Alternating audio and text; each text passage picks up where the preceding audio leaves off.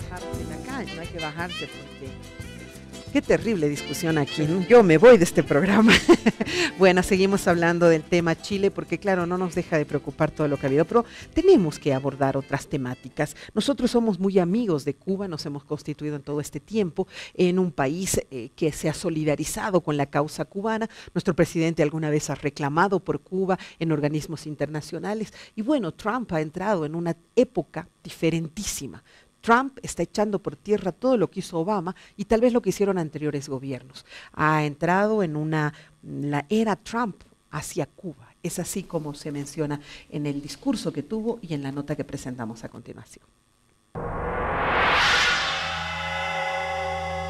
Reconociendo a los líderes del exilio cubano, entre ellos José Luis Antúnez, así como a las damas de blanco, el presidente estadounidense anunció la era Trump de política hacia Cuba. Effective immediately. Con efecto inmediato estoy cancelando el completamente unilateral acuerdo de la pasada administración con Cuba.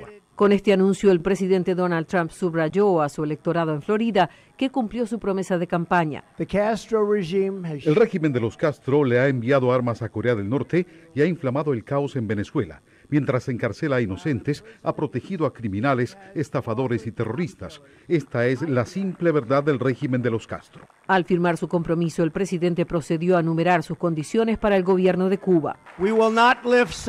No levantaremos sanciones al régimen cubano hasta que todos los presos políticos sean liberados, hasta que se respeten la libertad de asamblea y expresión, hasta que todos los partidos políticos sean legalizados y hasta que se programen elecciones libres y supervisadas internacionalmente. Donald Trump aseguró que mantendrá el embargo y se asegurará de que los flujos de dinero y ayuda lleguen directamente al pueblo cubano. Vamos a restringir estrictamente el flujo de dólares americanos a los militares, la seguridad y los servicios de inteligencia que son la base del régimen cubano. Vamos a aplicar la prohibición en turismo, el embargo y daremos pasos concretos para garantizar que las inversiones vayan directamente al pueblo. El mandatario también envió un mensaje a Raúl Castro.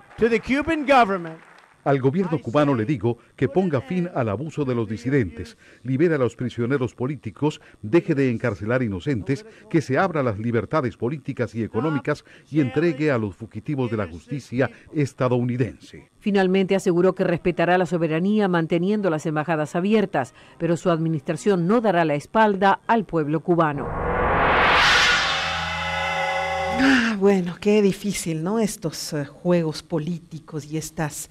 en el nombre de la justicia y de la paz y de la democracia, este daño a las sociedades que se hace. Se les va a quitar, Manuel, hasta el tema de envío de dinero, según la era Trump, no puede ir ya la gente de vacaciones, que se convirtió en un destino fantástico, ya había hasta ferries que salían de Miami y llegaban a Cuba, o sea, una cosa nunca vista, y ahora todo para atrás. Bueno, lo que está haciendo Trump es no solamente revisar, sino retroceder en aquellos aspectos en los que puede retroceder en este momento. Hay otros temas que no son tan fáciles. Por ejemplo, nos comentaron el otro día que se ha ampliado la cantidad de razones por las cuales se puede viajar a Cuba, se puede gastar en Cuba, siendo turista norteamericano, por decir algo, ¿no? Entonces, se amplió de, creo que 3 o 4 razones por las cuales un turista norteamericano podía estar, gastar o inclusive invertir en Cuba, a por lo menos unas 16, 18. Es decir, ha habido una mejora, un avance en ese sentido. Bueno, pero ahora está todo, chao. No, porque no todo se puede revertir directamente, okay, no todo pasa por la decisión presidencial, hay muchas cosas que tienen que pasar por el Congreso. Qué bien. Y hay otros temas que tienen que pasar por otros niveles institucionales, estatales, norteamericanos. Pero eso demuestra claramente cuál es la visión que tiene Trump respecto no solamente a Cuba, sino a su política exterior. Hay un endurecimiento muy evidente en sus relaciones con Rusia, está manteniendo todo lo que son son los castigos que se les está imponiendo a Rusia desde hace bastante tiempo, tiene problemas con China, ha endurecido su posición respecto a lo que se tiene que hacer. A los grupos árabes también. También en su relación con Siria, es decir, ha vuelto a la época más dura y oscura, que a mí me recuerda mucho a la época de Reagan, por ejemplo, en la cual a título de defender democracia, derechos humanos, libertades comerciales, lo único que se hacía era utilizar la política del garrote. Y dañar a la sociedad, que es lo más doloroso de todo esto, ¿no? ¿Cuál es tu punto de vista? Ahora, ¿cómo vamos a entender esta relación? Y recordemos además que los cubanos que están en Miami son eminentemente republicanos. Y en una de las ciudades que ganó Trump fue precisamente en Miami, porque la gente de Miami, que son cubanos, estaban muy molestos con Obama, producto de que Obama se había abierto sin castigar, ¿no? Siempre esperamos que el papá castigue, ¿no? Entonces se había abierto. Y entonces vendría a ser el papá que sí va a castigar a ellos. Sí, evidentemente es un momento triste para un proceso que el presidente Obama había iniciado, que todos hemos festejado, digamos, un acercamiento que ya era hasta un testimonio hacia los derechos humanos, ¿verdad? Entonces todos estábamos contentos. Creo que Trump acá, y coincido un poco con Manuel, que no se va a cambiar muchas cosas. Es más, de manera concreta podríamos reducirlas a dos cambios profundos. Y creo que es en esta tendencia del presidente Trump de mostrar, si bien no de manera efectiva, sí, pero sí mediática, de que está cumpliendo gran parte de su oferta electoral. Y evidentemente Trump había anunciado que iba a revertir el Obamacare y muchas otras medidas del presidente Obama, y estaba incluida la apertura hacia Cuba. Se afecta negocios con una GAESA, que se llama un consorcio militar empresarial cubano, que se eviten hacer negocios con esta consorcio militar empresarial. Y en cuanto a los viajes, el viaje de americanos persona a persona, pero las remesas, los viajes, los cruceros, todo va a continuar. Es decir, no hay una afectación total, Y aquí hay una lectura política porque, como tú bien decías, hay una disidencia cubana de las primeras generaciones que evidentemente han seguramente festejado esta medida de Trump. Pero está claro, hay encuestas que de las nuevas generaciones cubanas, el 67% apoyaban las medidas de Obama. Por lo tanto, creo que ahí ha tenido que el presidente Trump valorar un cambio total, porque le podía venir un boomerang político también en la Florida, que donde sabemos es muy importante. Claro, pero la nueva generación tiene otro concepto, tienes toda la razón, muy diferente. ¿Cuál es tu percepción al respecto? Sí, bueno, hay una clara intención del presidente Trump por destruir el legado de Obama, ¿no? Como bien decías, esto es otra de las medidas que se toma para revertir algunas medidas adoptadas durante el gobierno de Obama, ¿no? Como por ejemplo el retiro del TPP, el retiro del TELCAN, ¿no? NAFTA, el retiro también de Estados Unidos del Acuerdo de París, la total esto del Obamacare, ¿no? Que también lo quitó. Lo ha desarmado, sí. Y bueno, muchas otras medidas que van en ese mismo sentido, como en una especie de temor, porque el legado de Obama opaque la gestión, ¿no? de Trump. Ahora, ¿realmente se le puede afectar a Cuba nuevamente de manera económica? Tú que sabes de esta ciencia, ¿puede de nuevo hacer tambalear a una Cuba que se estaba levantando? Sin duda. De hecho, en estos últimos meses que estaban vigentes todos estos acuerdos firmados por Obama, mejor dicho, decretos que él había firmado, GAESA, ¿no? Este consorcio militar empresarial, se había beneficiado mucho, ¿no? Ha recibido millones de dólares en estos últimos meses por todas estas condiciones favorables. Ahora son revertidas y obviamente eso va a restringir mucho. Pero cuando se restringe de Estados Unidos a Cuba, ¿o es el mundo entero? Europa puede seguir haciendo negocios con Cuba, con GAESA y con todo. Sí. De hecho, los europeos han adoptado una política diferente, ¿no? Justamente en los últimos días han anunciado que van a reimpulsar sus relaciones con Cuba como nunca lo habían hecho antes, ¿no? La Unión Europea, como dándole una señal a Trump de que no estamos de acuerdo con tu política dura, ¿no? Y eso es importante. Pero claro, el embargo que hay sobre Cuba y que continuó incluso con Obama, es realmente un medio asfixiante para la economía cubana, que sigue vigente y que, bueno, seguramente, obviamente va a estar todavía vigente. Todavía, ¿no? doloroso, ¿no? Lo de Cuba, qué triste nuestro hermano país de Cuba. Hemos tenido acá sus médicos, hemos tenido gente que ha venido a apoyarnos. Ahora, Cuba, sin embargo, no se rinde.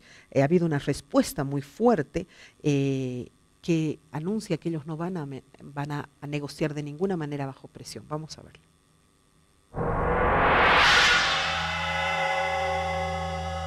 I am canceling the last administration's completely one-sided deal with Cuba. Trump anunció esta decisión el viernes y aseguró endurecer su política hacia la isla para conseguir un mejor acuerdo del que su antecesor Barack Obama logró. Cuba responde, rechaza negociar bajo presión con Estados Unidos. Hemos pasado por todo. Su ministro de Exteriores dijo que la isla ya ha pasado todo tipo de amenazas a lo largo de los años, las cuales han fracasado.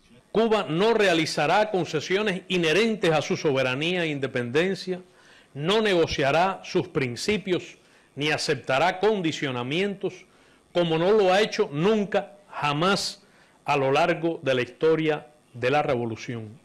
El canciller cubano afirmó que su país está dispuesto a conversar con Estados Unidos sobre la base del respeto mutuo. Reitero la voluntad de Cuba de continuar el diálogo respetuoso y la cooperación en temas de interés mutuo y de negociar los asuntos bilaterales pendientes con Estados Unidos sobre la base de la igualdad y el absoluto respeto a nuestra independencia y soberanía. Rodríguez repudió el bloqueo a la isla y lo calificó de injusto y arbitrario. El bloqueo es una pieza de la Guerra Fría. Primero, es criminal, es genocida. En segundo lugar, es absolutamente injusto y arbitrario. Es una gruesa violación de los derechos humanos. Y justamente denunció la política de doble rasero de Trump en cuanto al tema de los derechos humanos. Dijo que Estados Unidos viola los derechos humanos tanto dentro de su territorio como fuera. Puso como ejemplo los asesinatos cometidos por policías, la represión contra refugiados, la discriminación de minorías y dijo: son frecuentes los crímenes de guerra y los asesinatos de civiles en las agresiones e intervenciones militares estadounidenses. Son brutales la prisión sin sentencia de tribunales y los hechos masivos y sistemáticos de tortura. Rodríguez además rechazó cualquier intervención e injerencia en Cuba y manifestó que únicamente el pueblo cubano decidirá sobre sus asuntos internos. Nuestro país está trabajando y avanzando tranquilamente y ha convocado a unas elecciones generales que se celebrarán muy pronto. Los cambios que deben hacerse en Cuba serán soberanamente determinados por el pueblo cubano, como siempre. Dichas elecciones se celebrarán en octubre próximo, hecho que refuta los alegatos de Trump sobre la falta de democracia en Cuba, excusa por la que ha ordenado endurecer el bloqueo contra el país. Los cubanos. Bueno, ahí está, esa era la nota que teníamos. Como buen canciller, sin embargo, nuevamente invita a seguir dialogando y negociando a Cuba, con Cuba, con Estados Unidos, a pesar de que es muy duro en sus declaraciones. El canciller cubano sigue abriendo las puertas para entrar en una negociación. La verdad es que Cuba siempre ha tenido esa actitud. O sea, tenemos que recordar que siempre ha buscado ser parte de espacios internacionales, de foros internacionales, siempre ha buscado mecanismos de multilateralismo para poder superar esa limitación de relaciones con Estados Unidos o con los gobiernos de Estados Unidos. En ese sentido, todavía se mantiene de manera consistente la política internacional de Cuba. Y bueno, vienen elecciones para Cuba, Manuel. Sí, sí, claro que sí, y me parece muy bueno, ¿no? Ahora, eso también implica que van a tener cada vez menos argumentos, aunque siempre se los puede inventar en el camino, para tratar de señalar a Cuba como un país donde no existen condiciones de respeto a los derechos humanos, no existen condiciones para la libertad y la disidencia política, es decir, ese empecinamiento en querer mostrar a la democracia norteamericana como un modelo obligatorio y único para todo el mundo, evidentemente está en un momento de crisis. Y brillante, ¿no? Además que esto es lo mejor que hay en el planeta. Claro. Cuando le ha dicho claramente al canciller que ellos son los primeros en estar violando derechos humanos. Tu punto de vista, por favor. Sí, hoy en día dar clases de derechos humanos, pocos se pueden dar ese gusto. ¿Quién ¿verdad? puede hacerlo? En Estados Unidos se está violando también derechos humanos a los inmigrantes, no se están cumpliendo ciertas normativas, gente que tiene el perdonazo a los gobernadores está siendo expulsada, hay noticias cada día de atropellos a los derechos humanos, por lo tanto siempre la lucha, la defensa de los derechos humanos tiene una mirada muy interesada políticamente, seguro, ¿verdad? Seguro. Así como se violan derechos humanos en Venezuela, también se violan en Arabia Saudita y son grandes socios de los Estados Unidos. Cierto. Por lo tanto, eso es muy relativo. Entonces, creo que hay que aspirar, y aquí coincido otra vez. ¿Y a dónde apunta entonces? La diplomacia, lo bueno acá de la diplomacia cubana es que se ha mantenido sólida y no ha habido un divorcio, más bien ha habido una comunión entre un proceso revolucionario y armar un cuerpo diplomático de primer nivel. Es decir, si algo tenemos que aprender también de los cubanos, que tienen una coherencia y una solidez de su diplomacia de gran altura. Lamentablemente en otros procesos revolucionarios no ha sucedido eso, ¿verdad? Y eso hay que destacarlo, y cuando lo escucho al canciller... Hemos tenido algún diplomático que era un futbolista, ¿no? ¿Sabe? Embajador además, ¿no? Pero bueno, vamos a seguir. Hacía referencia que tiene acuerdos Estados Unidos con otros países que tienen todavía más conflictos a nivel de derechos humanos. Sí. Esto viene siendo solo un discurso. Tú decías en la pausa que está obsesionado Trump con Obama. Sí, claramente. Y es una contradicción, ¿no?, que hay en la política estadounidense. Ellos quieren intervenir, como bien decía Manuel, en países en los cuales no hay un gobierno democrático, ¿no? Ellos imponen democracia y un sistema que tal vez no funciona, ¿no? Hay países que con otros sistemas funcionan muy bien, ¿no? Como Singapur, por ejemplo, no es una democracia, pero es un país que le va muy bien en lo económico. Y que ha resuelto muchas cosas rápidamente. Claro, pero claramente también tiene sus temas de derechos humanos. Seguro. ¿No? Y hay países también como China, que es un comunista, y que al cual Estados Unidos no se atrevería a decirle cambien de sistema, ¿no? Y que le compra todo además, ¿no? Claro, entonces hay muchas contradicciones, ¿no? Cuba es un caso muy especial, está muy cerca de Estados Unidos, es el área de influencia, y claramente Estados Unidos quiere presionar, ya lo está haciendo durante muchísimos años con el embargo, y ahora con esta nueva política que se pone dura, pero que muestra que aquí el abusivo es Estados Unidos, y ante el mundo no es bien visto. Como te digo, los europeos han adoptado otra postura frente a esto, y creo que en Latinoamérica en general hay un repudio y una condena a esta nueva actitud que retrocede, ¿no? Ya habíamos visto superar, digamos, que uno de los últimos escollos de la Guerra Fría, ¿no?, que fue la ruptura de relaciones diplomáticas entre Cuba y Estados Unidos. Obama decidió retomarlas, y bueno, muchos creíamos que esa iba a ser para siempre, claro, ¿no? Que sí. Que no se iba a dar marcha atrás. Además que Obama, creo que un hombre demasiado humano, ¿no? Lo hizo, rompió protocolo y fue corriendo a extenderle la mano a Castro en un momento en el que todos teníamos el corazón partido, que fue el funeral de Mandela. Ahí fue cuando vimos impresionados ese acto de desprendimiento y de la mano, y ahora vemos de nuevo la miseria humana, ¿no?, de un ser humano que todavía con sus conflictos, todavía con sus miedos, todavía con sus odios, en fin. Y a ver, vamos a ver cuándo le cae a Venezuela, porque también Venezuela está trabajando intensamente para que se le caiga encima. Maduro ha cambiado a la cúpula de todo lo que son las Fuerzas Armadas. Las cabezas de las Fuerzas Armadas han sido cambiadas. Se dice que es producto de que constantemente se lo hace, que eso es algo que se debe hacer cada cierto tiempo. La pregunta es ¿por qué en un momento tan difícil? Vamos a ver qué dice la nota. El presidente de Venezuela, Nicolás Maduro, ratificó este martes a Vladimir Padrino López como ministro de Defensa y removió al general Antonio Benavides Torres, comandante de la Guardia Nacional Bolivariana, que controla las protestas opositoras. Maduro decidió además cambiar al general Antonio Benavides, comandante de la Guardia Nacional Bolivariana, de quien dijo asumirá nuevas responsabilidades y batallas sin precisarlas. El presidente relevó también a los comandantes del ejército, la armada y el comando estratégico operacional, nombrando a los generales Jesús Suárez, Edglis Herrera y Remigio Ceballos respectivamente. El general Raúl Salazar, ministro de Defensa del presidente Hugo Chávez entre 1999 y 2001, declaró por su parte a la AFP que los cambios en la cúpula son normales y se hacen antes de cada 5 de julio. El pasado 6 de junio, Padrino López había advertido a sus hombres que no quería ver un guardia más cometiendo una atrocidad en la calle, tras denuncias de atropellos, incluso robos, contra manifestantes y periodistas. Además, en el marco de un plan de empleo juvenil, Maduro ordenó la incorporación de 20.000 efectivos a la Guardia Nacional y 20.000 a la Policía Nacional.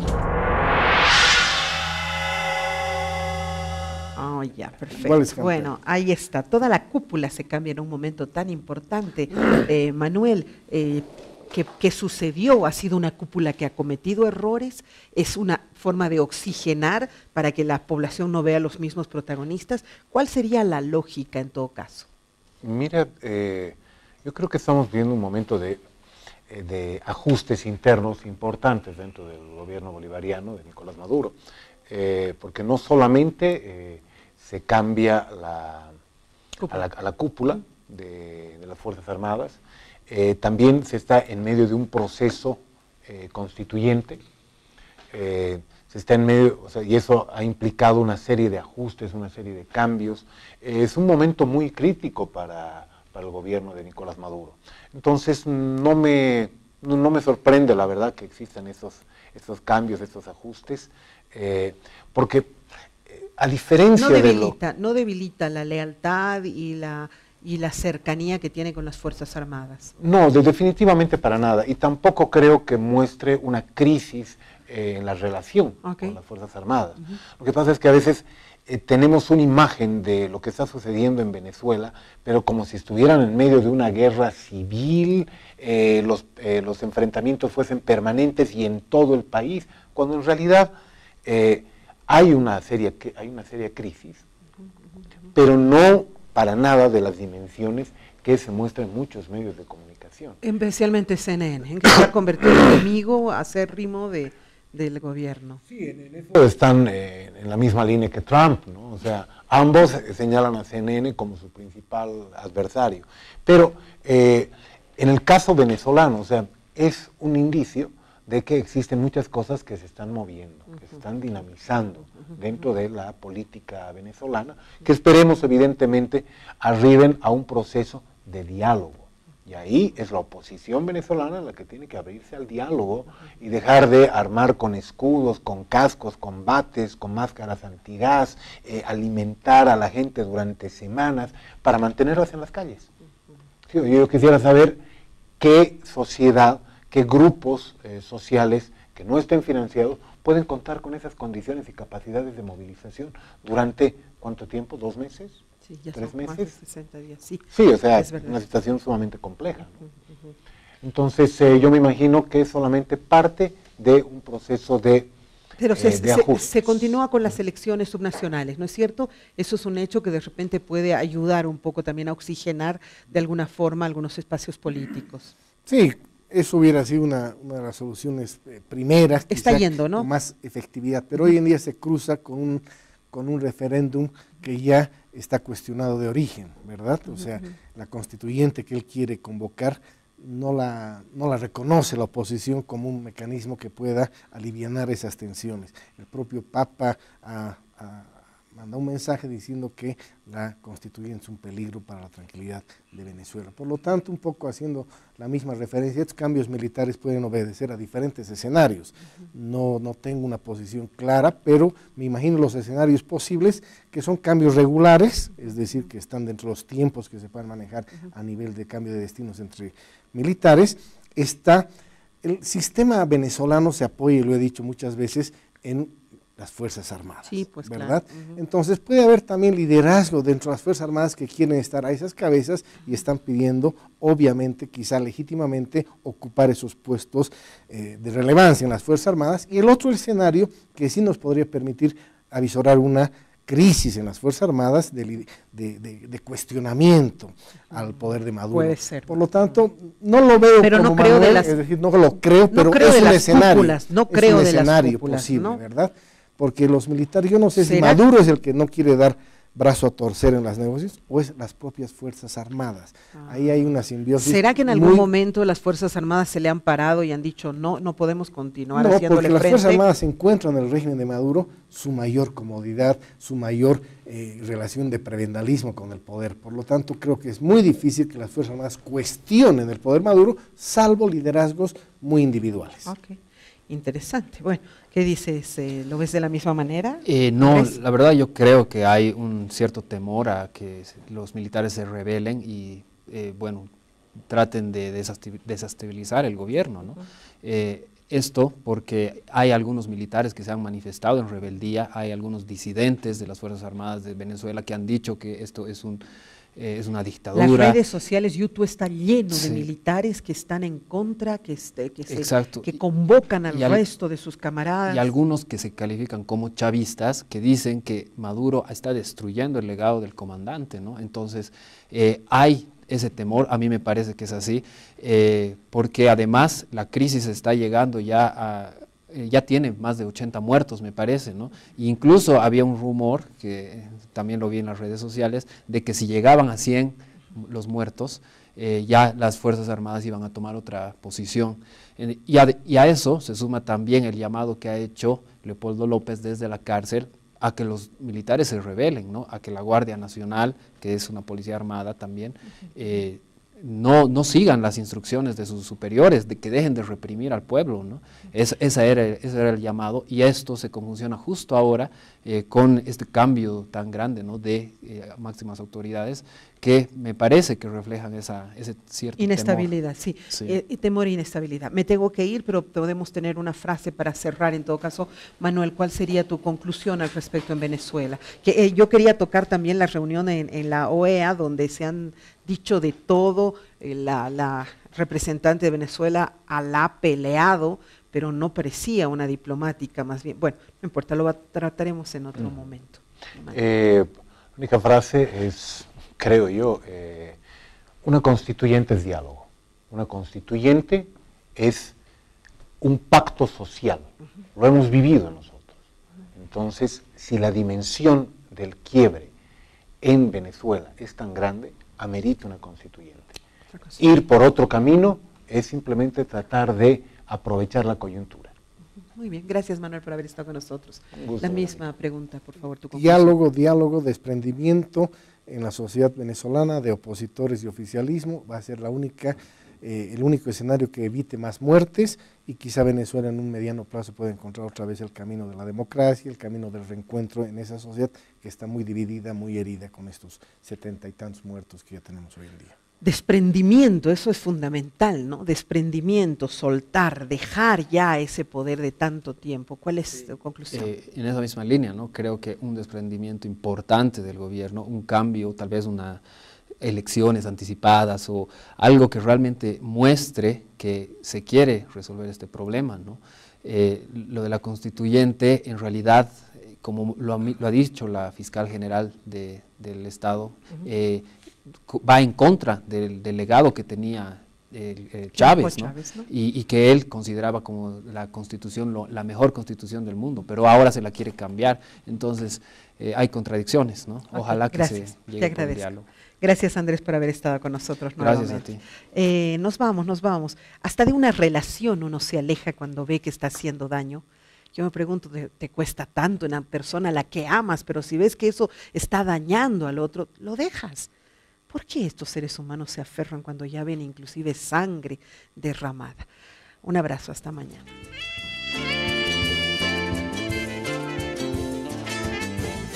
Con el gentil auspicio de... ¡Mueve el Data! Hemos presentado...